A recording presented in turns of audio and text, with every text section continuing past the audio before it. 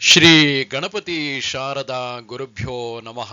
ಶ್ರೋತೃಗಳಿಗೆ ಶಾಂಕರ ಭಾಷ್ಯ ಸಹಿತ ಭಗವದ್ಗೀತೆಯಲ್ಲಿ ಸಾಂಖ್ಯ ಯೋಗವೆಂಬ ದ್ವಿತೀಯೋಧ್ಯಾಯಕ್ಕೆ ಸ್ವಾಗತ. ಶ್ಲೋಕ 11ರಿಂದ 21. ಅಥ ದ್ವಿತೀಯೋಧ್ಯಾಯಃ ಸಾಂಖ್ಯಯೋಗಃ. ಇಲ್ಲಿ ಭಾಷ್ಯದ ವಿಷಯ ಆತ್ಮನು ನಿತ್ಯನು ಮತ್ತು ನಿರ್ವಿಕಾರಿ. ಹೀಗಿರುವಲ್ಲಿ ಈ ರೀತಿಯಾಗಿ ಧರ್ಮವನ್ನು ಅರಿಯದೆ ಏನೂ ತೋಚದ ಬುದ್ಧಿಯಿಂದ ಕೂಡಿ ದೊಡ್ಡ ದುಗುಡದ ಕಡಲಿನಲ್ಲಿ ಮುಳುಗಿರುವ ಅರ್ಜುನನಿಗೆ ಆತ್ಮಜ್ಞಾನವನ್ನು ಬಿಟ್ಟರೆ ಬೇರೆ ಯಾವುದರಿಂದಲೂ ಉದ್ಧಾರವಾಗಲಾರದು ಎಂದು ಕಂಡಂತಹ ಭಗವಂತನಾದ ವಾಸುದೇವನು ಆ ಮೋಹದ ಕಡಲಿನಿಂದ ಅರ್ಜುನನನ್ನು ಕೃಪೆಯಿಂದ ಎತ್ತಬೇಕೆಂದು ಆತ್ಮಜ್ಞಾನಕ್ಕೆ ತಂದು ಬಿಡುವುದಕ್ಕಾಗಿ ಅಶೋಚ್ಯಾನ್ ಎಂದು ಮುಂದಾಗಿ ಹೇಳುತ್ತಿದ್ದಾನೆ. ಶ್ರೀ ಭಗವಾನುವಾಚ ಅಶೋಚ್ಯಾನನ್ವಶೋಚಸ್ತ್ವಂ ಪ್ರಜ್ಞಾವಾದಾಂಶ್ಚ ಭಾಷಸೆ ಗತಾಸೋ ನ ಗತಾಸೋಂಶ್ಚ ನಾನುಶೋಚಂತಿ ಪಂಡಿತಾಃ. ಶ್ರೀ ಭಗವಂತನು ಎಂತೆಂದನು, ಅಶೋಚ್ಯರನ್ನು ಕುರಿತು ನೀನು ಶೋಕಿಸುತ್ತಿರುತ್ತೀಯೇ, ಪ್ರಜ್ಞಾವಾದಗಳನ್ನೂ ಆಡುತ್ತಿರುವೆ. ಪಂಡಿತರಾದವರು ಗತಾಸುಗಳನ್ನಾಗಲಿ ಅಥವಾ ಅಗತಾಸುಗಳನ್ನಾಗಲಿ ಕುರಿತು ಶೋಕಿಸುವುದಿಲ್ಲ. ಇಲ್ಲಿ ಅಶೋಚ್ಯರು ಎಂದರೆ ಶೋಕಕ್ಕೆ ತಕ್ಕವರಲ್ಲದ ಭೀಷ್ಮ, ದ್ರೋಣ ಮೊದಲಾದವರು. ಏಕೆಂದರೆ ಅವರು ಸ್ವಭಾವತಃ ಒಳ್ಳೆಯ ನಡತೆಯವರು ಮತ್ತು ತಮ್ಮ ನಿಜವಾದ ರೂಪದಲ್ಲಿ ನಿತ್ಯರಾಗಿರುತ್ತಾರೆ. ಆ ಅಶೋಚ್ಯರನ್ನು ಕುರಿತು ಶೋಕಿಸುತ್ತೀಯೇ, ಅವರು ನನ್ನ ನಿಮಿತ್ತವಾಗಿ ಸಾಯುವರಲ್ಲ. ಅವರಿಲ್ಲದೆ ನಾನು ರಾಜ್ಯ ಸುಖಾದಿಗಳನ್ನು ಕಟ್ಟಿಕೊಂಡು ಏನು ಮಾಡಲಿ ಎಂದು ಶೋಕ ಮಾಡುತ್ತಿರುತ್ತೀಯೇ. ನೀನು ಪ್ರಜ್ಞಾವಾದಗಳನ್ನು, ಪ್ರಜ್ಞೆಯುಳ್ಳವರ ಬುದ್ಧಿವಂತರ ವಾದಗಳನ್ನು, ವಚನಗಳನ್ನು ಆಡುತ್ತಿರುವೆ. ಅಂಥ ಈ ಒಂದಕ್ಕೊಂದು ವಿರುದ್ಧವಾಗಿರುವ ಮೌಢ್ಯವನ್ನು, ಪಾಂಡಿತ್ಯವನ್ನು ನಿನ್ನಲ್ಲಿ ಹುಚ್ಚನಂತೆ ತೋರಿಸಿಕೊಳ್ಳುತ್ತಿರುವೆ ಎಂದು ಅಭಿಪ್ರಾಯ. ಏಕೆಂದರೆ ಪ್ರಾಣವನ್ನು ಕಳೆದುಕೊಂಡವರನ್ನು ಎಂದರೆ ಸತ್ತವರನ್ನು, ಪ್ರಾಣವನ್ನು ಕಳೆದುಕೊಳ್ಳದವರನ್ನು ಎಂದರೆ ಬದುಕಿರುವವರನ್ನು ಪಂಡಿತರು ಅಂದರೆ ಆತ್ಮಜ್ಞರಾದವರು, ಯಾರು ಆತ್ಮಜ್ಞಾನದಲ್ಲಿ ನೆಲೆ ನಿಂತಿರುವರೋ ಅವರು ಸತ್ತವರನ್ನೇ ಆಗಲಿ ಬದುಕಿರುವವರನ್ನೇ ಆಗಲಿ ಕುರಿತು ಶೋಕಿಸುವುದಿಲ್ಲ. ಪಂಡ ಎಂದರೆ ಆತ್ಮ ವಿಷಯದ ಬುದ್ಧಿಯು ಯಾರಿಗೆ ಇರುವುದೋ ಅವರೇ ಪಂಡಿತರು, ಪಾಂಡಿತ್ಯವನ್ನು ಚೆನ್ನಾಗಿ ಪಡೆದವರು ಎಂಬ ಶ್ರುತಿ ಇದಕ್ಕೆ ಪ್ರಮಾಣವು. ಆದರೆ ನಿಜವಾಗಿ ನೋಡಿದರೆ ನಿತ್ಯರಾಗಿರುವುದರಿಂದ ಅಶೋಚ್ಯರಾಗಿರುವ ಅವರನ್ನು ಕುರಿತು, ಅಂದರೆ ಆತ್ಮಜ್ಞಾನದಲ್ಲಿ ನೆಲೆ ನಿಂತು ನಿತ್ಯರಾಗಿರುವುದರಿಂದ ಅಶೋಚ್ಯರಾಗಿರುವ ಅವರನ್ನು ಕುರಿತು ಶೋಕಿಸುತ್ತಿರುವೆಯಾದ್ದರಿಂದ ಅರ್ಜುನ, ನೀನು ಮೂಢನೇ ಆಗಿರುವೆ ಎಂದು ಶ್ರೀಕೃಷ್ಣನ ಅಭಿಪ್ರಾಯ. ಇಲ್ಲಿ ಅವರು ಏತಕ್ಕೆ ಅಶೋಚ್ಯರು ಎಂದರೆ ನಿತ್ಯರಾಗಿರುವುದರಿಂದ. ಅದು ಹೇಗೆ ಎಂದರೆ, ನತ್ವೇವಾಹಂ ಜಾತು ನಾಸಂ ನತ್ವಂ ನೇಮೇ ಜನಾಧಿಪಾಃ ನ ಚೈವ ನ ಭವಿಷ್ಯಾಮಃ ಸರ್ವೇ ವಯಮತಃ ಪರಂ. ನಾನು ಯಾವಾಗಲಾದರೂ ಇರಲಿಲ್ಲ ಎಂಬುದೇ ಇಲ್ಲ, ನೀನಾಗಲಿ ಈ ರಾಜರಾಗಲಿ ಇರಲಿಲ್ಲವೆಂಬ ಕಾಲವೇ ಇಲ್ಲ, ಮತ್ತು ಅಂದರೆ ಇರಲಿಲ್ಲವೆಂಬುದೇ ಇಲ್ಲ, ಮತ್ತು ನಾವು ಯಾರು ಇನ್ನು ಮೇಲೆ ಇರುವುದಿಲ್ಲ ಎಂಬುದು ಇಲ್ಲ.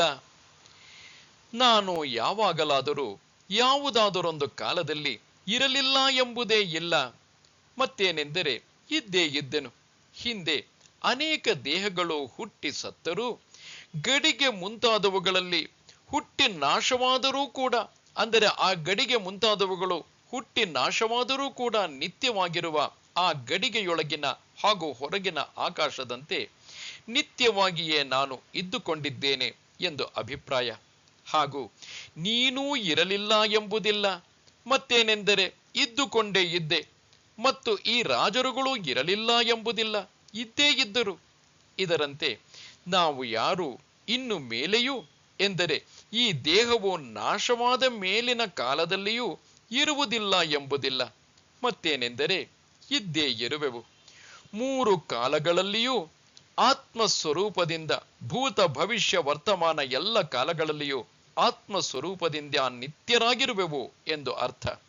ಇಲ್ಲಿ ಬೇರೆ ಬೇರೆ ದೇಹಗಳನ್ನು ಅನುಸರಿಸಿ ಬಹುವಚನವನ್ನು ಪ್ರಯೋಗಿಸಿದೆಯೇ ಹೊರತು, ಅಂದರೆ ಆತ್ಮರಾಗಿ ಎಂದು ಹೇಳುವಲ್ಲಿ ಬಹುವಚನವನ್ನು ಪ್ರಯೋಗಿಸಿದೆಯೇ ಹೊರತು ಆತ್ಮನಲ್ಲಿ ಭೇದ ಉಂಟು ಎಂಬ ಅಭಿಪ್ರಾಯದಿಂದ ಅಲ್ಲ. ಇಲ್ಲಿ ಆತ್ಮನು ಏತರಂತೆ ನಿತ್ಯನು ಎಂಬುದಕ್ಕೆ ಭಗವಂತನು ದೃಷ್ಟಾಂತವನ್ನು ಹೇಳುತ್ತಾನೆ. ದೇಹಿನೋಸ್ಮಿನ್ ಯಥಾ ದೇಹೇ ಕೌಮಾರಂ ಯೌವನಂ ಜರಾ ತಥಾ ದೇಹಾಂತರ ಪ್ರಾಪ್ಯ ಸ್ಥಿರಸ್ತತ್ರ ನ ಮುಹ್ಯತಿ. ದೇಹಿಗೆ ಹೇಗೆ ಈ ದೇಹದಲ್ಲಿ ಕೌಮಾರ, ಯೌವನ, ಜರೆ ಅಂದರೆ ಮುಪ್ಪು ಇವು ಬರುತ್ತಿರುವವೋ, ಹಾಗೆಯೇ ದೇಹಾಂತರವೂ ಬರುವುದು, ಅಂದರೆ ಒಂದು ದೇಹವನ್ನು ಬಿಟ್ಟು ಇನ್ನೊಂದು ದೇಹಕ್ಕೆ ಹೋಗುವುದು. ಹೀಗಿರುವುದರಿಂದ ಧೀರನಾದವನು ಇಲ್ಲಿ ಮೂಢನಾಗುವುದಿಲ್ಲ. ದೇಹವು ಈ ಆತ್ಮನಿಗೆ ಇರುವುದರಿಂದ ಆತ್ಮನು ದೇಹಿ ಎನಿಸಿಕೊಳ್ಳುತ್ತಾನೆ.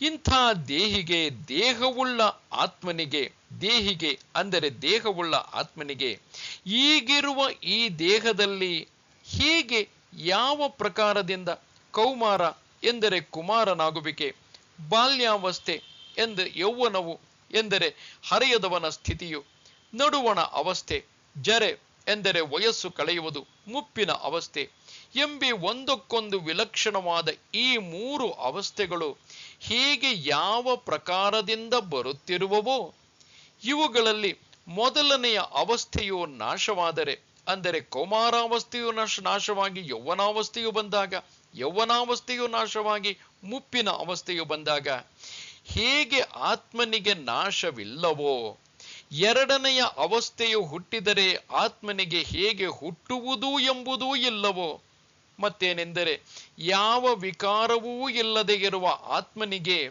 ಎರಡನೆಯ, ಮೂರನೆಯ ಅವಸ್ಥೆಗಳು ಬರುವುದು ಹೇಗೆ ಕಾಣುತ್ತಿದೆಯೋ, ಹಾಗೆಯೇ ಅದರಂತೆಯೇ ವಿಕಾರವಿಲ್ಲದ ಆತ್ಮನಿಗೆ ದೇಹಾಂತರವು ಎಂದರೆ ಈ ದೇಹಕ್ಕಿಂತ ಬೇರೆಯಾದ ದೇಹವು, ಆ ದೇಹಾಂತರದ ಪ್ರಾಪ್ತಿಯು, ಅಂದರೆ ಈ ದೇಹವನ್ನು ಹೇಗೆ ಬಾಲ್ಯದಿಂದ ಯೌವನ, ಯೌವನದಿಂದ ಮುಪ್ಪು ಎಂಬುದು ಆತ್ಮಕ್ಕಿಲ್ಲ ದೇಹಕ್ಕೆ ಸಂಭವಿಸುತ್ತಿದೆಯೋ, ಹಾಗೆ ಆತ್ಮನು ಒಂದು ದೇಹವನ್ನು ಬಿಟ್ಟು ಇನ್ನೊಂದು ಬೇರೆಯಾದ ದೇಹಕ್ಕೆ ದೇಹಾಂತರ ಪ್ರಾಪ್ತಿಯು ಆಗುವುದು ಎಂದು ಅರ್ಥ. ಇಲ್ಲಿ ಹೀಗಿರುವುದರಿಂದ ಧೀರನು, ತಿಳುವಳಿಕೆಯುಳ್ಳವನು ಎಂದಿಗೂ ಮೂಢನಾಗುವುದಿಲ್ಲ, ಮೋಹವನ್ನು ಹೊಂದುವುದಿಲ್ಲ.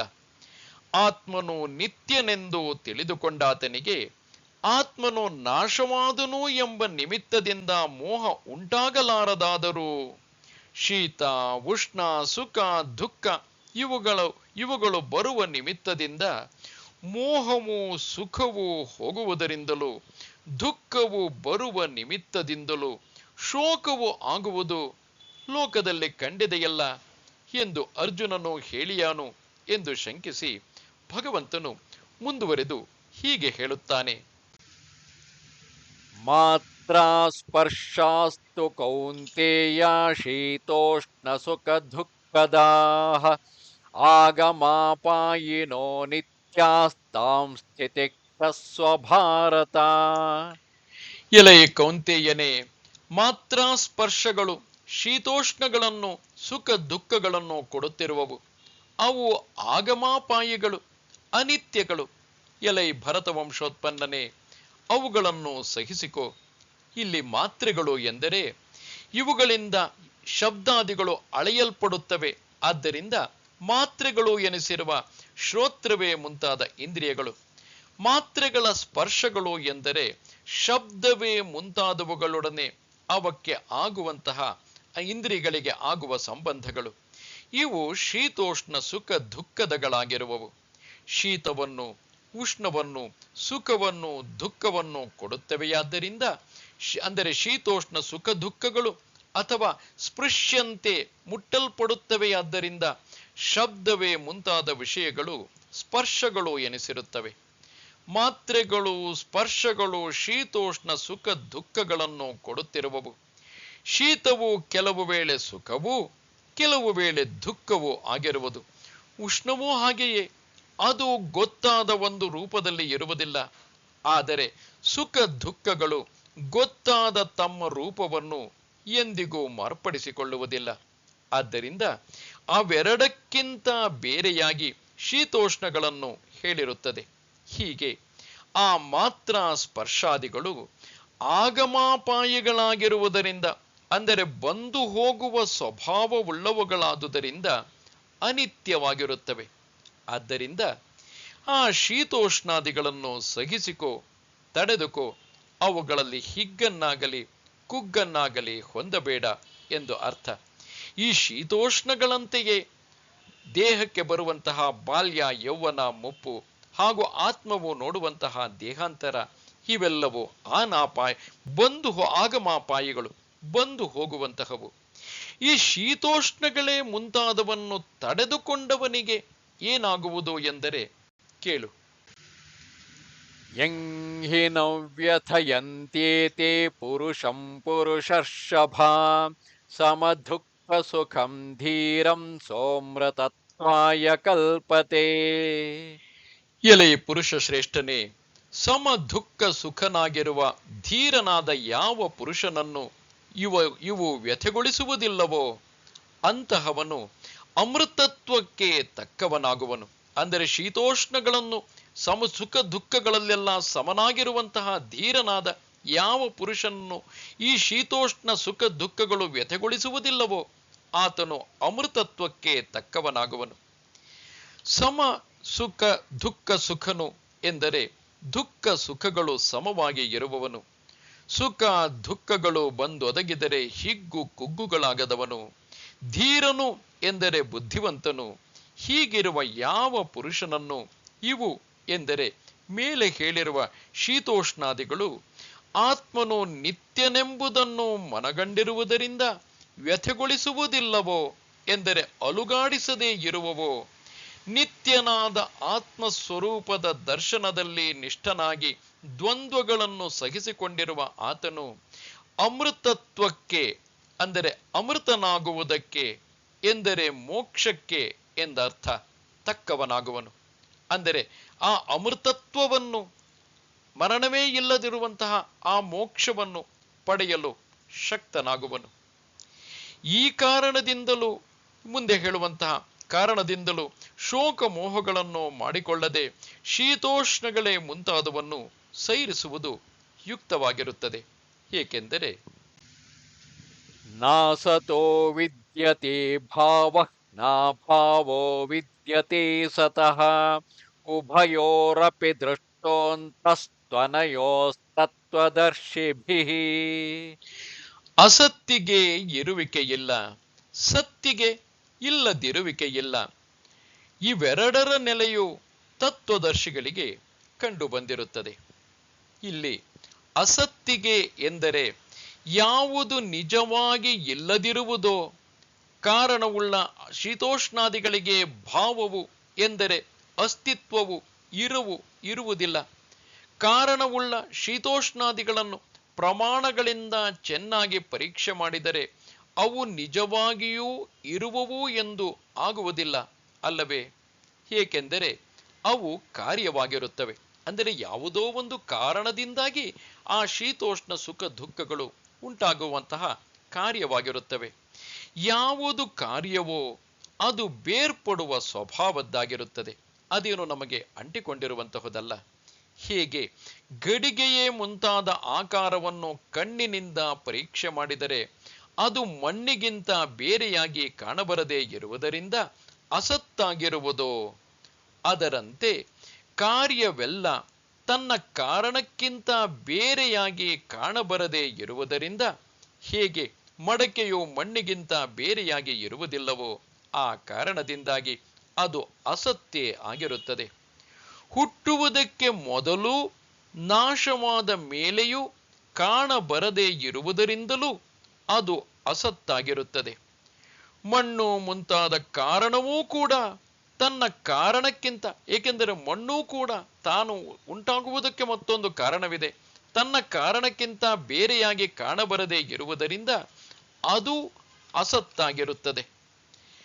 ಅದು ಅಸತ್ತಾದರೆ ಯಾವುದೂ ನಿಜವಾಗಿ ಇಲ್ಲ ಎಂದಾಗುವುದಲ್ಲ. ಇದಕ್ಕೆ ಸಮಾಧಾನವೆಂದರೆ ಹಾಗಲ್ಲ.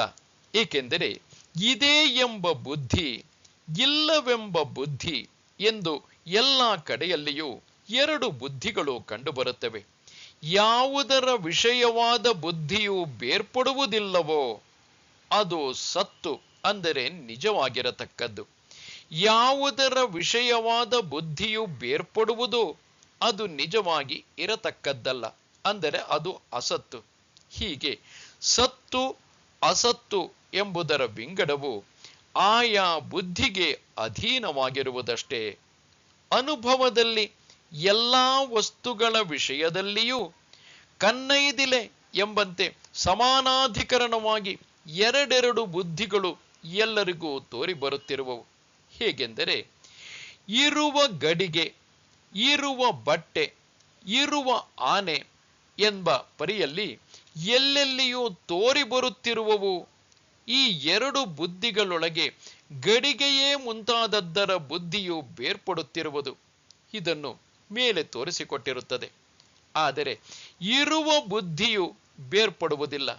ಆದ್ದರಿಂದ ಗಡಿಗೆ ಮುಂತಾದ ಬುದ್ಧಿಗೆ ವಿಷಯವಾದ ಅನಾತ್ಮವು ಬೇರ್ಪಡುತ್ತಿರುವುದರಿಂದ ಅಸತ್ತಾಗಿರುತ್ತದೆ. ಆದರೆ ಇರುವ ಎಂಬ ಬುದ್ಧಿಗೆ ವಿಷಯವಾದ ಆತ್ಮತತ್ವವು ಅಸತ್ತಲ್ಲ. ಏಕೆಂದರೆ ಅದು ಹಾಗೆ ಬೇರ್ಪಡುವುದಿಲ್ಲ. ಇಲ್ಲಿ ಹಲವು ಆಕ್ಷೇಪಗಳನ್ನು, ಪರಿಹಾರಗಳನ್ನು ಗಮನಿಸೋಣ. ಇಲ್ಲಿ ಆಕ್ಷೇಪವೆಂದರೆ, ಗಡಿಗೆಯು ವಿನಾಶವಾಗಿ ಗಡಿಗೆ ಎಂಬ ಬುದ್ಧಿಯು ಹೋದಾಗ ಇರುವ ಎಂಬ ಬುದ್ಧಿಯು ಹೋಗಿಬಿಡುವುದಿಲ್ಲವೇ? ಪರಿಹಾರ ಇಲ್ಲ. ಏಕೆಂದರೆ ಬಟ್ಟೆಯೇ ಮುಂತಾದವುಗಳಲ್ಲಿಯೂ ಇರುವ ಎಂಬ ಬುದ್ಧಿಯು ಇರುವುದು ಕಂಡುಬರುತ್ತದೆ. ಆ ಇರುವ ಎಂಬ ಬುದ್ಧಿಗೆ ವಿಶೇಷಣವೇ ವಿಷಯವು, ಅಂದರೆ ಅದು ಇರುವುದರಿಂದಲೇ ಇದೆ ಎಂಬುದು. ಇಲ್ಲಿ ಆಕ್ಷೇಪ, ಇರುವ ಎಂಬ ಬುದ್ಧಿಯಂತೆ ಗಡಿಗೆ ಎಂಬ ಬುದ್ಧಿಯು ಬೇರೊಂದು ಗಡಿಗೆಯಲ್ಲಿ ಕಾಣಬರುತ್ತಿರುವುದಲ್ಲ ಎಂದರೆ ಪರಿಹಾರ ಹಾಗಲ್ಲ. ಅದು ಬಟ್ಟೆಯೇ ಮುಂತಾದವುಗಳಲ್ಲಿ ಕಾಣುವುದಿಲ್ಲ. ಆಕ್ಷೇಪ, ಇರುವ ಎಂಬ ಬುದ್ಧಿಯು ನಷ್ಟವಾದ ಗಡಿಗೆಯಲ್ಲಿ ಕಾಣುವುದಿಲ್ಲವಲ್ಲ ಎಂದರೆ ಅದಕ್ಕೆ ಪರಿಹಾರ ಹಾಗಲ್ಲ. ಏಕೆಂದರೆ ಅಲ್ಲಿ ವಿಶೇಷ್ಯವೂ ಇರುವುದಿಲ್ಲ. ಇರುವ ಎಂಬ ಬುದ್ಧಿಗೆ ವಿಶೇಷಣವೇ ವಿಷಯವಾಗಿರುವುದು. ಹೀಗಿರುವಲ್ಲಿ ವಿಶೇಷ್ಯವೂ ಇಲ್ಲದಿದ್ದರೆ ವಿಶೇಷಣವು ಇರುವುದೆಂಬುದು ಹೊಂದುವುದಿಲ್ಲವಾಗಿ ಆ ಬುದ್ಧಿಯು ಯಾವ ವಿಷಯದಲ್ಲಿ ಆಗಬೇಕು? ಹೀಗೆ ವಿಶೇಷ್ಯವಿಲ್ಲದ್ದರಿಂದ ಇರುವ ಎಂಬ ಬುದ್ಧಿಯಾಗುವುದಿಲ್ಲವೇ ಹೊರತು ಇರುವ ಎಂಬ ಬುದ್ಧಿಗೆ ವಿಷಯವೇ ಎಲ್ಲಿಯೂ ಇಲ್ಲದ್ದರಿಂದ ಅಲ್ಲ. ಇಲ್ಲಿ ಗಡಿಗೆ ಎಂಬುದು ಒಂದು ಕಾಲದಲ್ಲಿ ಇತ್ತು, ನಂತರ ನಷ್ಟವಾಗಿದೆ. ಆದರೆ ಹೀಗೆ ಗಡಿಗೆ ಎಂಬ ಬುದ್ಧಿಗೆ ಗಡಿಗೆ ನಷ್ಟವಾದರೆ ಆ ವಿಷಯವೇ ಇಲ್ಲದ್ದರಿಂದ ಅದು ಕಾಲ ಪರಿಚ್ಛಿನ್ನವಾಗಿದೆ. ಬಟ್ಟೆ ಎಂಬಲ್ಲಿ ಅದು ಒಮ್ಮೆ ಇರುತ್ತದೆ, ಇನ್ನೊಮ್ಮೆ ತೋರಿ ಬರದಿರುವುದರಿಂದ ಅದು ದೇಶ ಪರಿಚ್ಛಿನ್ನವಾಗಿದೆ. ಗಡಿಗೆಯನ್ನು ಪರೀಕ್ಷಿಸಿದರೆ ಅದು ಮಣ್ಣಿಗಿಂತ ಬೇರೆಯಾಗಿ ಇಲ್ಲದೆ ಇರುವುದರಿಂದ ಅದು ಅಸದ್ವಿಷಯಕವಾದಂತಹ ಬುದ್ಧಿಯೂ ಆಗಿದೆ. ಇನ್ನೊಂದು ಆಕ್ಷೇಪ, ಅಂತಿಮವಾಗಿ ಗಡಿಗೆಯೇ ಮುಂತಾದ ವಿಶೇಷವು ನಿಜವಾಗಿ ಇಲ್ಲವಾದರೆ ಇರುವ ಮತ್ತು ಗಡಿಗೆ ಎಂದು ಎರಡು ಬುದ್ಧಿಗಳು ಒಂದೇ ವಸ್ತುವಿನ ವಿಷಯದಲ್ಲಿ ತೋರುವುದು ಯುಕ್ತವಾಗುವುದಿಲ್ಲವಲ್ಲ. ಇದಕ್ಕೆ ಪರಿಹಾರ ಹಾಗಲ್ಲ. ಏಕೆಂದರೆ ಬಿಸಿಲು ಕುದುರೆಯೇ ಮುಂತಾದವುಗಳಲ್ಲಿ ವಿಶೇಷಗಳಲ್ಲಿ ಒಂದು ನಿಜವಾಗಿ ಇಲ್ಲದಿದ್ದರೂ ಇದು ನೀರು, ಅಂದರೆ ಆ ಬಿಸಿಲು ಕುದುರೆಯಲ್ಲಿ ಕಂಡುಬರುವಂತಹ ನೀರು ಎಂದು ಎರಡು ಬುದ್ಧಿಗಳಿಗೂ ಸಮಾನಾಧಿಕರಣ್ಯ ಇರುವುದು ಕಂಡುಬರುತ್ತದೆ. ಆದ್ದರಿಂದ ಕಾರಣವುಳ್ಳವಾಗಿರುವುದರಿಂದ ದೇಹಾದಿಗಳು ಮತ್ತು ದ್ವಂದ್ವಗಳು ಎಂಬ ಅಸತ್ತಿಗೆ ಇರುವಿಕೆ ಇಲ್ಲ. ಅಂದರೆ ನಮಗೆ ಕಣ್ಣಿಗೆ ಕಾಣಿಸುತ್ತಿರುವಂತಹ ದೇಹಾದಿಗಳು ಯಾವುದೋ ಕಾರಣದಿಂದಾಗಿ ಉಂಟಾಗಿದೆ, ನಂತರ ಆ ಪ್ರದೇಶದಲ್ಲಿ ಇಲ್ಲದೆ ಇರಬಹುದು, ದೇಶ ಪರಿಚ್ಛಿನ್ನವಾಗಿರಬಹುದು, ಅಥವಾ ಆ ಕಾಲದಲ್ಲಿ ಇಲ್ಲದಿದ್ದರೆ ಕಾಲ ಪರಿಚ್ಛಿನ್ನವಾಗಿರಬಹುದು. ಮತ್ತು ದ್ವಂದ್ವಗಳು ಎತ್ತರ, ಕುಳ್ಳಕ್ಕಿರುವುದು, ಕಪ್ಪಿರುವುದು, ಬೆಳ್ಳಗಿರುವುದು, ಈ ರೀತಿಯಾದ ದ್ವಂದ್ವಗಳು ಎಂಬ ಅಸತ್ತಿಗೆ ಇರುವಿಕೆ ಇಲ್ಲ. ಮತ್ತು ಸತ್ತಿಗೆ ಯಾವುದು ಸತ್ಯವೋ, ಯಾವುದು ಇರುವಂತಹದ್ದೋ, ಯಾವುದು ನಿತ್ಯವೋ ಎಂದರೆ ಆತ್ಮನಿಗೆ ಅಭಾವವು ಎಂದರೆ ಇಲ್ಲದಿರುವಿಕೆಯೂ ಇಲ್ಲ. ಏಕೆಂದರೆ ಅವನು ಸ್ವರೂಪದಿಂದ ಎಲ್ಲಿಯೂ ಬೇರ್ಪಡುವುದಿಲ್ಲ ಎಂದು ಆಗಲೇ ಹೇಳಿರುತ್ತೇವೆ. ಹೀಗೆ ಆತ್ಮ ಅನಾತ್ಮ ಎಂಬ ಸತ್ತು ಅಸತ್ತು ಈ ಎರಡರ ಅಂತವು ನಿರ್ಣಯವು ಸತ್ತು ಯಾವಾಗಲೂ ಇದ್ದೇ ಇರುವುದು, ಅದಕ್ಕೆ ಹುಟ್ಟೂ ಇಲ್ಲ, ನಾಶವೂ ಇಲ್ಲ, ಅಸತ್ತು ಯಾವಾಗಲೂ ಇರುವುದೇ ಇಲ್ಲ ಎಂದು ಈ ಮೇಲೆ ಹೇಳಿದ ಎರಡರ ನಿರ್ಣಯವು ತತ್ವದರ್ಶಿಗಳಿಂದ ದೃಷ್ಟವಾಗಿರುತ್ತದೆ, ಅರಿಯಲ್ಪಟ್ಟಿರುತ್ತದೆ. ತತ್ ಎಂಬುದು ಸರ್ವನಾಮವು, ಸರ್ವವೂ ಬ್ರಹ್ಮವಾದ್ದರಿಂದ ಅದಕ್ಕೆ ತತ್ ಎಂದು ಹೆಸರು. ಆ ಬ್ರಹ್ಮದ ಸ್ವರೂಪವು ತತ್ವವು ಎಂದರೆ ಬ್ರಹ್ಮದ ನಿಜವಾದ ಸ್ವರೂಪವು. ಅದನ್ನು ತಿಳಿಯುವ ಸ್ವಭಾವವುಳ್ಳವರು ಯಾರೋ ಅವರು ತತ್ವದರ್ಶಿಗಳು. ಆ ತತ್ವದರ್ಶಿಗಳಿಂದ ದೃಷ್ಟವಾಗಿರುತ್ತದೆ. ಆದ್ದರಿಂದ ಶ್ರೀಕೃಷ್ಣನು ಹೇಳುತ್ತಾನೆ ಅರ್ಜುನನಿಗೆ, ನೀನು ಅಂತಹ ತತ್ವದರ್ಶಿಗಳ ದೃಷ್ಟಿಯನ್ನು ಆಶ್ರಯಿಸಿಕೊಂಡು ಶೋಕವನ್ನೂ ಮೋಹವನ್ನೂ ಬಿಟ್ಟು ಶೀತೋಷ್ಣಗಳೇ ಮುಂತಾದ ನಿಯತ ರೂಪವಾಗಿಯೂ ಅನಿಯತ ರೂಪವಾಗಿಯೂ ಇರುವ ದ್ವಂದ್ವಗಳನ್ನು, ಇದು ಕಾರ್ಯವಾದ್ದರಿಂದ ಬಿಸಿಲು ಕುದುರೆಯ ನೀರಿನಂತೆ ಅಸತ್ತೇ ಆಗಿದ್ದು ಹುಸಿಯಾಗಿ ತೋರುತ್ತಿದೆ ಎಂದು ಮನಸ್ಸಿನಲ್ಲಿ ನಿಶ್ಚಯಿಸಿಕೊಂಡು ನಡೆದುಕೋ ಎಂದು ಅಭಿಪ್ರಾಯವು. ಹಾಗಾದರೆ ಯಾವಾಗಲೂ ಇದ್ದುಕೊಂಡಿರುವ ಸತ್ತೇ ಆಗಿರುವುದು ಎಂಬುದು ಯಾವುದು ಎಂದರೆ ಭಗವಂತನು ಹೀಗೆ ಹೇಳುತ್ತಾನೆ, ಅವಿನಾಶಿತು ತದ್ವಿದ್ದೀನ ಸರ್ವಮಿದಂ ತತಂ ವಿನಾಶಮವ್ಯಯಸ್ಯಾಸ್ಯ ನ ಕಶ್ಚಿತ್ ಕರ್ತುಮರ್ಹತಿ. ಯಾವುದರಿಂದಲಾದರೆ ಇದೆಲ್ಲವೂ ವ್ಯಾಪ್ತವಾಗಿರುವುದೋ ಅದನ್ನು ಅವಿನಾಶಿ ಎಂದು ತಿಳಿದುಕೋ. ಅವ್ಯಯವಾಗಿರುವ ಇದರ ವಿನಾಶವನ್ನು ಯಾವನೂ ಮಾಡಲಾರನು. ಇಲ್ಲಿ ಅವಿನಾಶಿ ಎಂದರೆ ವಿನಾಶವಾಗುವ ಸ್ವಭಾವವಿಲ್ಲದ್ದು. ಮೂಲದಲ್ಲಿರುವ ತು ಎಂದರೆ ಆದರೆ ಎಂಬ ಶಬ್ದವು ಇದು ಅಸತ್ತಿಗಿಂತ ಬೇರೆ ಎಂದು ತಿಳಿಸುವುದಕ್ಕಾಗಿ ಬಂದಿದೆ. ಅದನ್ನು ನಾಶವಿಲ್ಲದ್ದೆಂದು ತಿಳಿದುಕೋ, ಅರಿತುಕೋ. ಯಾವುದನ್ನು ಎಂದರೆ ಗಡಿಗೆ ಮುಂತಾದವು ಆಕಾಶದಿಂದ ಹೇಗೆ ವ್ಯಾಪಿಸಲ್ಪಟ್ಟಿರುವವೋ ಹಾಗೆ ಆಕಾಶದಿಂದೊಡಗೂಡಿದ ಈ ಜಗತ್ತೆಲ್ಲವೂ ಯಾವ ಸತ್ಯೆಂಬ ಬ್ರಹ್ಮದಿಂದ ತತಂ ವ್ಯಾಪ್ತವಾಗಿರುವುದೋ ಅದರ ವಿನಾಶವನ್ನು, ಅದು ಕಾಣದಂತೆ ಅದರ ಅಭಾವವನ್ನು ಮಾಡುವುದಕ್ಕೆ ಅವ್ಯಯವಾದ ವ್ಯಯವಾಗುವುದಿಲ್ಲ, ಎಂದರೆ ಹೆಚ್ಚು ಕುಂದುಗಳನ್ನು ಹೊಂದುವುದಿಲ್ಲ. ಆದ್ದರಿಂದ ಇದು ಅವ್ಯಯ ಎನಿಸಿರುವುದು. ಅಂಥ ಈ ಅವ್ಯಯದ ವಿನಾಶವನ್ನು ಯಾರೂ ಮಾಡಲಾರರು. ಈ ಸತ್ಯೆಂಬ ಹೆಸರಿನ ಬ್ರಹ್ಮವು ತನ್ನ ರೂಪದಿಂದ ವ್ಯಯವಾಗುವುದಿಲ್ಲ, ಎಂದರೆ ಬೇರ್ಪಡುವುದಿಲ್ಲ. ಏಕೆಂದರೆ ಇದರಲ್ಲಿ ದೇಹಾದಿಗಳಲ್ಲಿ ಇರುವಂತೆ ಅವಯವಗಳು ಇರುವುದಿಲ್ಲ. ಇದು ತನ್ನದಾದ ಯಾವುದಾದರೊಂದು ವ್ಯಯವಾಗುವುದರ ಮೂಲಕವೂ ವ್ಯಯವಾಗುವುದಿಲ್ಲ. ಏಕೆಂದರೆ ಇದಕ್ಕೆ ತನ್ನದೆಂಬುದೇ ಇರುವುದಿಲ್ಲ. ಉದಾಹರಣೆಗೆ, ದೇವದತ್ತನು ತನ್ನ ಧನವು ನಾಶವಾಗುವುದರಿಂದ ನಾಶವಾಗುತ್ತಾನೆ, ಆದರೆ ಬ್ರಹ್ಮವು ಹಾಗೆ ನಾಶವಾಗುವುದಿಲ್ಲ. ಆದ್ದರಿಂದ ಹೀಗೆ ಅವ್ಯಯವಾಗಿರುವ ಈ ಬ್ರಹ್ಮವನ್ನು ನಾಶ ಮಾಡುವುದಕ್ಕೆ ಯಾರಿಂದಲೂ ಆಗಲಾರದು. ಯಾವನೂ ಈಶ್ವರನೂ ಕೂಡ ಈ ಆತ್ಮವನ್ನು ನಾಶ ಮಾಡಲಾರನು. ಏಕೆಂದರೆ ಬ್ರಹ್ಮವು ಆತ್ಮನೇ ಆಗಿರುತ್ತದೆ. ತನ್ನ ವಿಷಯದಲ್ಲಿ ತನ್ನ ಕ್ರಿಯೆ ನಡೆಯುವುದೆಂಬುದು ವಿರುದ್ಧವೂ ಆಗಿರುತ್ತದೆ. ದೃಷ್ಟಾಂತಕ್ಕೆ ಕಣ್ಣು ಕಣ್ಣಿನಲ್ಲಿರುವ ಗೆರೆಗಳನ್ನು ನೋಡಲಾರದು. ಇನ್ನು ತನ್ನ ಸ್ವರೂಪದ ಇರವನ್ನು ಬೇರ್ಪಡಿಸಿಕೊಳ್ಳುತ್ತಿರುವ ಅಸತ್ಯೆಂಬುದು ಯಾವುದು ಎಂದರೆ ಭಗವಂತನು ಹೇಳುತ್ತಾನೆ, ಅಂತವಂತ ಇಮೇ ದೇಹ ನಿತ್ಯಸ್ಯೋಕ್ತಾ ಶರೀರಿಣಃ ಅನಾಶಿನೋ ಪ್ರಮೇಯಸ್ಯ ತಸ್ಮಾದ್ ಯುದ್ಧಸ್ವ ಭಾರತ. ನಿತ್ಯನಾಗಿಯೂ ಅನಾಶಿಯಾಗಿಯೂ ಅಪ್ರಮೇಯನಾಗಿಯೂ ಇರುವ ಶರೀರಿಯ ಈ ದೇಹಗಳು ಅಂತವುಳ್ಳವುಗಳು ಎನಿಸುತ್ತವೆ. ಆದ್ದರಿಂದ ಎಲೈ ಭರತ ವಂಶೋತ್ಪನ್ನನೇ, ಯುದ್ಧ ಮಾಡು. ಯಾವುವುಗಳಿಗೆ ಅಂತವು ಎಂದರೆ ಯಾವುದಕ್ಕೆ ವಿನಾಶ ಇರುವುದೋ ಅವು ಅಂತವುಳ್ಳವುಗಳು.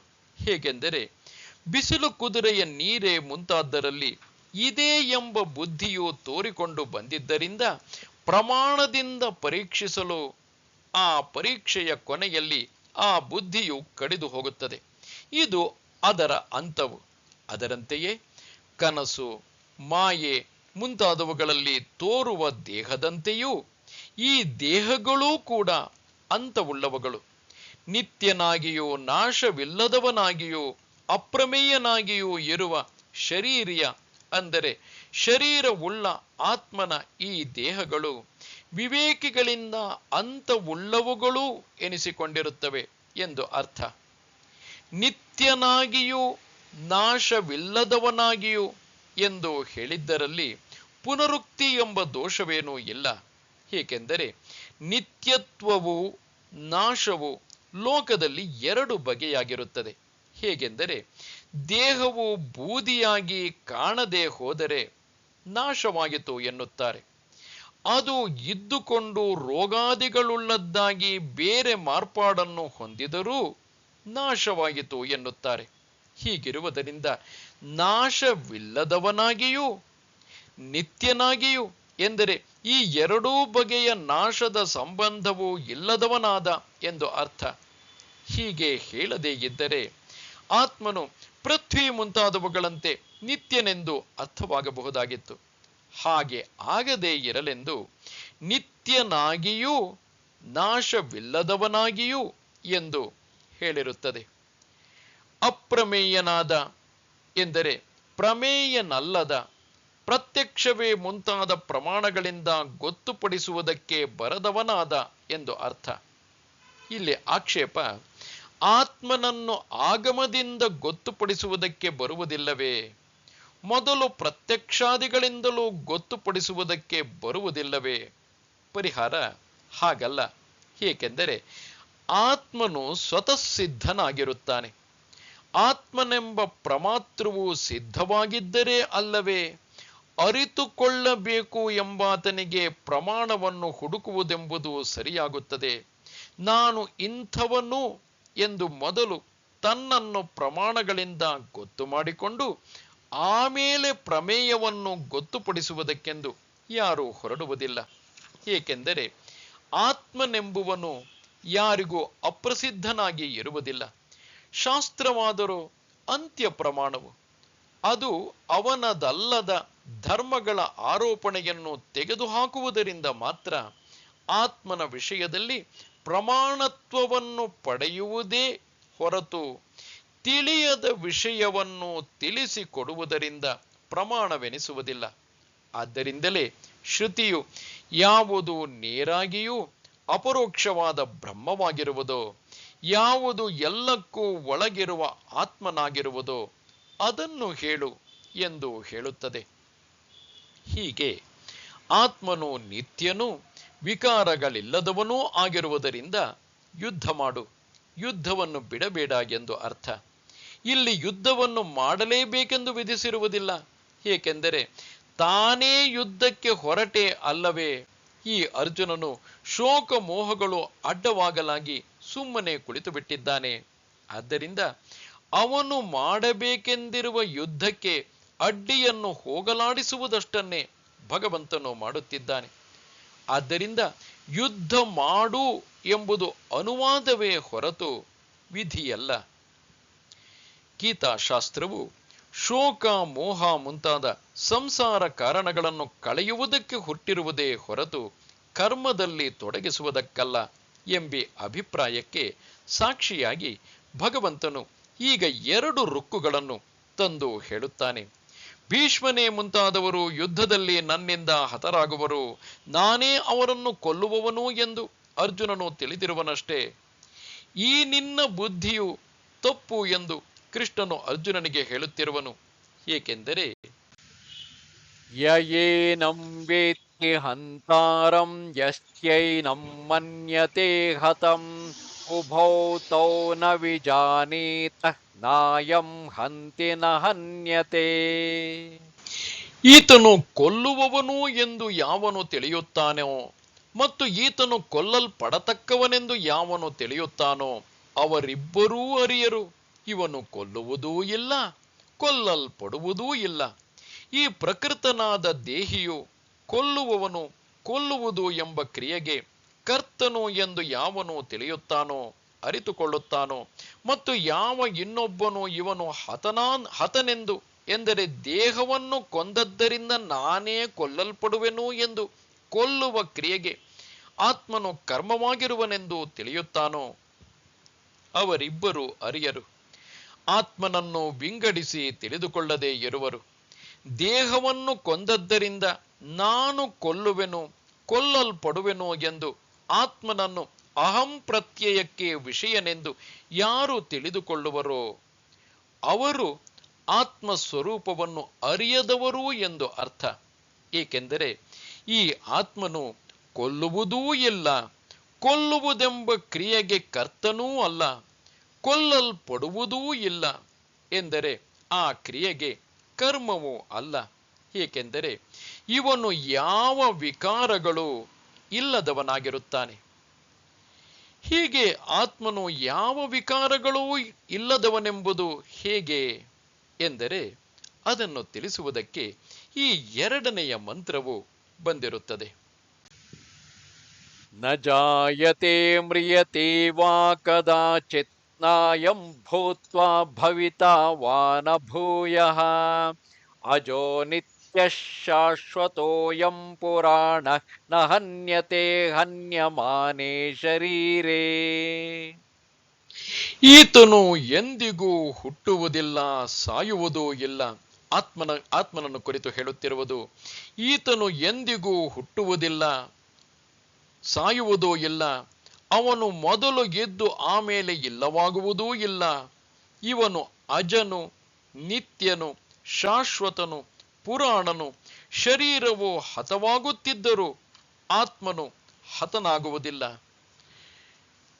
ಈ ಆತ್ಮನು ಹುಟ್ಟುವುದಿಲ್ಲ ಎಂದರೆ ಉತ್ಪತ್ತಿಯಾಗುವುದಿಲ್ಲ. ಆತ್ಮನಿಗೆ ಹುಟ್ಟುವುದೆಂಬ ವಸ್ತು ವಿಕಾರವೂ ಇಲ್ಲ ಎಂದರ್ಥ ಮತ್ತು ಸಾಯುವುದೂ ಇಲ್ಲ. ಇಲ್ಲಿ ವಾ ಎಂಬ ಮಾತು ಮತ್ತು ಎಂಬ ಅರ್ಥದಲ್ಲಿ ಬಂದಿರುತ್ತದೆ. ಸಾಯುವುದೂ ಇಲ್ಲ ಎಂಬುದರಿಂದ ವಿನಾಶ ಎಂಬ ಕೊನೆಯ ವಿಕಾರವು ಆತ್ಮನಲ್ಲಿ ಇಲ್ಲ ಎಂದಂತೆ ಆಯಿತು. ಕದಾಚಿತ್ ಎಂದೆಂದಿಗೂ ಎಂಬ ಮಾತನ್ನು ಎಂದೆಂದಿಗೂ ಹುಟ್ಟುವುದಿಲ್ಲ, ಎಂದೆಂದಿಗೂ ಸಾಯುವುದಿಲ್ಲ ಎಂದೀ ರೀತಿಯಲ್ಲಿ ಎಲ್ಲ ವಿಕಾರ ಪ್ರತಿಷೇಧಗಳಿಗೂ ಸೇರಿಸಿಕೊಳ್ಳಬೇಕು. ಹುಟ್ಟು ಸಾವುಗಳು ಇವನಿಗೇಕೆ ಇಲ್ಲ ಎಂದರೆ ಈ ಆತ್ಮನು ಮೊದಲು ಇದ್ದು ಆಮೇಲೆ ಇಲ್ಲವಾಗುವುದೂ ಇಲ್ಲ ಎಂದರೆ ಮೊದಲು ಇರುವಿಕೆ ಎಂಬ ವಿಕಾರವನ್ನು ಅನುಭವಿಸಿ ಆಮೇಲೆ ಮತ್ತೆ ಅಭಾವವನ್ನು ಹೊಂದುವುದಿಲ್ಲ. ಆದ್ದರಿಂದ ಇವನು ಸಾಯುವುದಿಲ್ಲ. ಯಾವನು ಮೊದಲು ಗೆದ್ದು ಆಮೇಲೆ ಇಲ್ಲವಾಗುವನೋ ಅವನನ್ನೇ ಅಲ್ಲವೇ ಲೋಕದಲ್ಲಿ ಸಾಯುವನು ಎನ್ನುವುದು. ಇಲ್ಲವಾಗುವುದೂ ಇಲ್ಲ ಎಂಬಲ್ಲಿ ಮೂಲದಲ್ಲಿ ವಾ ಎಂಬ ಶಬ್ದವಿರುವುದರಿಂದಲೂ ನ ಶಬ್ದವು ಇರುವುದರಿಂದಲೂ ಈ ಆತ್ಮನು ದೇಹದಂತೆ ಮೊದಲು ಇಲ್ಲದಿದ್ದು ಬಳಿಕ ಉಂಟಾಗುವವನು ಅಲ್ಲ ಎಂದು ಇಟ್ಟುಕೊಳ್ಳಬೇಕು. ಆದ್ದರಿಂದ ಹುಟ್ಟುವುದಿಲ್ಲ. ಯಾವನು ಮೊದಲು ಇಲ್ಲದೆ ಇದ್ದು ಆಮೇಲೆ ಉಂಟಾಗುವನೋ ಅವನನ್ನಲ್ಲವೇ ಹುಟ್ಟುತ್ತಾನೆ ಎನ್ನುವುದು. ಆತ್ಮನು ಹೀಗಿಲ್ಲ. ಆದ್ದರಿಂದ ಅವನು ಹುಟ್ಟುವುದಿಲ್ಲ. ಹೀಗಿರುವುದರಿಂದ ಇವನು ಅಜನು, ಸಾಯುವುದಿಲ್ಲವಾದ್ದರಿಂದ ನಿತ್ಯನು, ಅಂದರೆ ಅಜ, ಜನ್ಮವಿಲ್ಲದವನು, ಹುಟ್ಟುವುದಿಲ್ಲ, ಸಾಯುವುದಿಲ್ಲ, ಆದ್ದರಿಂದ ನಿತ್ಯನು ಆಗಿರುವನು. ಮೊದಲಿನ ಮತ್ತು ಕೊನೆಯ ವಿಕಾರಗಳೆರಡನ್ನೂ ಇಲ್ಲವೆಂದರೆ ಎಲ್ಲ ವಿಕಾರಗಳನ್ನು ಇಲ್ಲವೆಂದಂತೆಯೇ ಆಗುತ್ತದೆ ಎಂಬುದು ನಿಜ. ಆದರೂ ಇಲ್ಲಿ ಹೇಳದೇ ಇರುವ ಯೌವನವೇ ಮುಂತಾದ ಎಲ್ಲ ವಿಕಾರಗಳನ್ನು ಇಲ್ಲವೆಂದಂತೆ ಆಗಲೆಂದು ನಡುವಣ ವಿಕಾರಗಳನ್ನು ಅವುಗಳನ್ನು ಹೇಳುವ ಮಾತುಗಳಿಂದಲೇ ನಿರಾಕರಣೆ ಮಾಡಬೇಕೆಂದು ಶಾಶ್ವತಃ ಎಂದು ಮುಂತಾಗಿ ಹೇಳಿರುತ್ತಾನೆ. ಶಾಶ್ವತ ಎಂಬುದರಿಂದ ಅಪಕ್ಷಯವೆಂಬ ವಿಕಾರವನ್ನೂ ಇಲ್ಲವೆಂದಿರುತ್ತದೆ.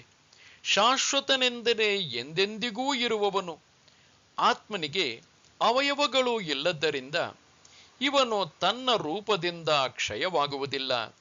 ಗುಣಗಳಿಲ್ಲದ್ದರಿಂದ ಗುಣಗಳ ಕ್ಷಯದಿಂದಲೂ ಕ್ಷಯವಾಗುವುದಿಲ್ಲ. ಕ್ಷಯಕ್ಕೆ ವಿರುದ್ಧವಾದ ವೃದ್ಧಿ ಎಂಬ ವಿಕಾರವನ್ನು ಪುರಾಣ ಎಂಬ ಮಾತಿನಿಂದ ನಿರಾಕರಿಸಿರುತ್ತದೆ. ಯಾವನು ಅವಯವಗಳು ಬಂದು ಸೇರುವುದರಿಂದ ಹೆಚ್ಚಿಕೊಳ್ಳುತ್ತಿರುವನೋ ಅವನು ಬೆಳೆಯುತ್ತಾನೆ, ಹೊಸಬನು ಎಂದು ಅನಿಸಿಕೊಳ್ಳುತ್ತಾನೆ. ಆದರೆ ಈ ಆತ್ಮನು ಅವಯವಗಳಿಲ್ಲದವನಾದ್ದರಿಂದ ಎಂದಿಗೂ ಹಿಂದೆಯೂ ಹೊಸಬನೇ ಆಗಿದ್ದನು. ಆದ್ದರಿಂದ ಇವನು ಪುರಾಣನು ಎಂದರೆ ಇವನು ವೃದ್ಧಿಯನ್ನು ಹೊಂದುವುದಿಲ್ಲ ಎಂದರ್ಥ. ಮತ್ತು ಶರೀರವು ಹತವಾಗುತ್ತಿದ್ದರೂ ಎಂದರೆ ಪರಿಣಾಮವನ್ನು ಹೊಂದುತ್ತಿದ್ದರೂ ಈ ಆತ್ಮನು ತಾನು ಹತನಾಗುವುದಿಲ್ಲ, ಪರಿಣಾಮವಾಗುವುದಿಲ್ಲ. ಇಲ್ಲಿ ನಹನ್ಯತೆ ಎಂಬಲ್ಲಿ ಹನ್ ಧಾತುವು ವಿಪರಿಣಾಮವೆಂಬ ಅರ್ಥದಲ್ಲಿ ಪ್ರಯುಕ್ತವಾಗಿದೆ ಎಂದು ಪುನರುಕ್ತಿಯಾಗದೇ ಇರುವುದಕ್ಕಾಗಿ ಕಲ್ಪಿಸಿಕೊಳ್ಳಬೇಕು. ನಹನ್ಯತೆ ಎಂದರೆ ಪರಿಣಾಮವಾಗುವುದಿಲ್ಲ ಎಂದು ಅರ್ಥ. ಈ ಮಂತ್ರದಲ್ಲಿ ಲೋಕದ ವಸ್ತುಗಳಿಗೆ ಆಗುವ 6 ಭಾವ ವಿಕಾರಗಳು ಆತ್ಮನಲ್ಲಿ ಇರುವುದಿಲ್ಲವೆಂದು ಹೇಳಿರುತ್ತದೆ. ಆತ್ಮನು ಯಾವ ವಿಧವಾದ ವಿಕ್ರಿಯೆಯೂ ಇಲ್ಲದವನು ಎಂದು ವಾಕ್ಯದ ಒಟ್ಟು ಅರ್ಥವು ಹೀಗಿರುವುದರಿಂದ ಅವರಿಬ್ಬರು ಅರಿಯರು ಎಂದು ಹಿಂದೆ ಹೇಳಿರುವ ಮಂತ್ರಕ್ಕೆ ಇದರ ಸಂಬಂಧವನ್ನು ಮಾಡಿಕೊಳ್ಳಬೇಕು. ಈತನು ಕೊಲ್ಲುವವನೆಂದು ಯಾವನು ತಿಳಿಯುತ್ತಾನೋ ಎಂಬ ಮಂತ್ರದಿಂದ ಕೊಲ್ಲುವುದೆಂಬ ಕ್ರಿಯೆಗೆ ಆತ್ಮನು ಕರ್ತೃವೂ ಅಲ್ಲ, ಕರ್ಮವೂ ಅಲ್ಲ ಎಂದು ಹೇಳಿ ಹುಟ್ಟುವುದೂ ಇಲ್ಲ ಎಂಬಿ ಮಂತ್ರದಿಂದ ಯಾವ ವಿಕ್ರಿಯೆಯೂ ಆತ್ಮನಲ್ಲಿ ಇಲ್ಲ ಎಂಬುದು ಇದಕ್ಕೆ ಹೇತುವೆಂದು ತಿಳಿಸಿ ಮೊದಲು ಹೇಳಿದ್ದ ವಿಷಯವನ್ನು ಈಗ ಉಪಸಂಹಾರ ಮಾಡುತ್ತಾನೆ. ವೇದಾ ವಿನಾಶಿನಂ ನಿತ್ಯಂ ಯಯೇನಮಜಮವ್ಯಯಂ ಕಥಂ ಸ ಪುರುಷಃ ಪಾರ್ಥ ಖಂ ಘಾತಯತಿ ಹಂತಿಕಂ. ಎಲೈ ಪಾರ್ಥನೆ, ಈತನು ಅವಿನಾಶಿಯು, ನಿತ್ಯನು ಎಂದು, ಅಜನು, ಅವ್ಯಯನು ಎಂದು ಯಾವನು ಅರಿತುಕೊಂಡಿರುತ್ತಾನೋ ಆ ಪುರುಷನು ಯಾವನನ್ನು ಹೇಗೆ ಕೊಲ್ಲಿಸುತ್ತಾನೆ ಮತ್ತು ಹೇಗೆ ಕೊಲ್ಲುತ್ತಾನೆ. ಇಲ್ಲಿ ವೇದ ಎಂದರೆ ಅರಿತುಕೊಂಡಿರುವನು. ಈತನು ಅವಿನಾಶಿ ಎಂದರೆ ಕೊನೆಯದಾದ ವಿಕಾರವೆಂಬ ಭಾವವಿಕಾರವೂ ಇಲ್ಲದವನೆಂದು, ನಿತ್ಯನು ಎಂದರೆ ವಿಪರಿಣಾಮವಿಲ್ಲದವನು ಎಂದು ಯಾವನು ಅರಿತುಕೊಂಡಿರುವನೋ ಎಂಬುದರ ಅನ್ವಯವು. ಈತನು ಎಂದರೆ ಹಿಂದೆ ಹೇಳಿದ ಮಂತ್ರದಲ್ಲಿ ಹೇಳಿದ ಸ್ವರೂಪವುಳ್ಳ ಆತ್ಮನು, ಅಜನು ಎಂದರೆ ಹುಟ್ಟಿಲ್ಲದವನು, ಅವ್ಯಯನು ಎಂದರೆ ಅಪಕ್ಷಯವಿಲ್ಲದವನು ಎಂದು ಯಾವನು ಅರಿತುಕೊಂಡಿರುವನೋ ಆ ಪುರುಷನು ಎಂದರೆ ಪ್ರಕೃತನಾಗಿರುವ ಆ ಜ್ಞಾನಿಯು ಹೇಗೆ ಯಾವ ಪ್ರಕಾರದಿಂದ ಕೊಲ್ಲುತ್ತಾನೆ, ಕೊಲ್ಲುವುದೆಂಬ ಕ್ರಿಯೆಯನ್ನು ಮಾಡುತ್ತಾನೆ ಮತ್ತು ಹೇಗೆ ಕೊಲ್ಲಿಸುತ್ತಾನೆ ಎಂದರೆ ಕೊಲ್ಲುವಾತನನ್ನು ಪ್ರೇರಿಸುತ್ತಾನೆ, ಹೇಗೂ ಯಾರನ್ನು ಕೊಲ್ಲುವುದಿಲ್ಲ, ಹೇಗೂ ಯಾರನ್ನು ಕೊಲ್ಲಿಸುವುದೂ ಇಲ್ಲ ಎಂದು 2 ಕಡೆಯಲ್ಲಿಯೂ ಆಕ್ಷೇಪಾರ್ಥವನ್ನೇ ಮಾಡಿಕೊಳ್ಳಬೇಕು. ಏಕೆಂದರೆ ಪ್ರಶ್ನಾರ್ಥವು ಇಲ್ಲಿ ಹೊಂದುವುದಿಲ್ಲ. ಅವಿಕ್ರಿಯವಾಗಿರುವುದೆಂಬ ಹೇತುವು ಎಲ್ಲ ಕ್ರಿಯೆಗಳ ನಿಷೇಧಕ್ಕೂ ಸಮಾನವಾಗಿರುವುದರಿಂದ ಜ್ಞಾನಿಗೆ ಯಾವ ಕರ್ಮವೂ ಇಲ್ಲ ಎಂಬುದೇ ಈ ಪ್ರಕರಣದ ಅರ್ಥವೆಂದು ಭಗವಂತನ ಅಭಿಪ್ರಾಯವು.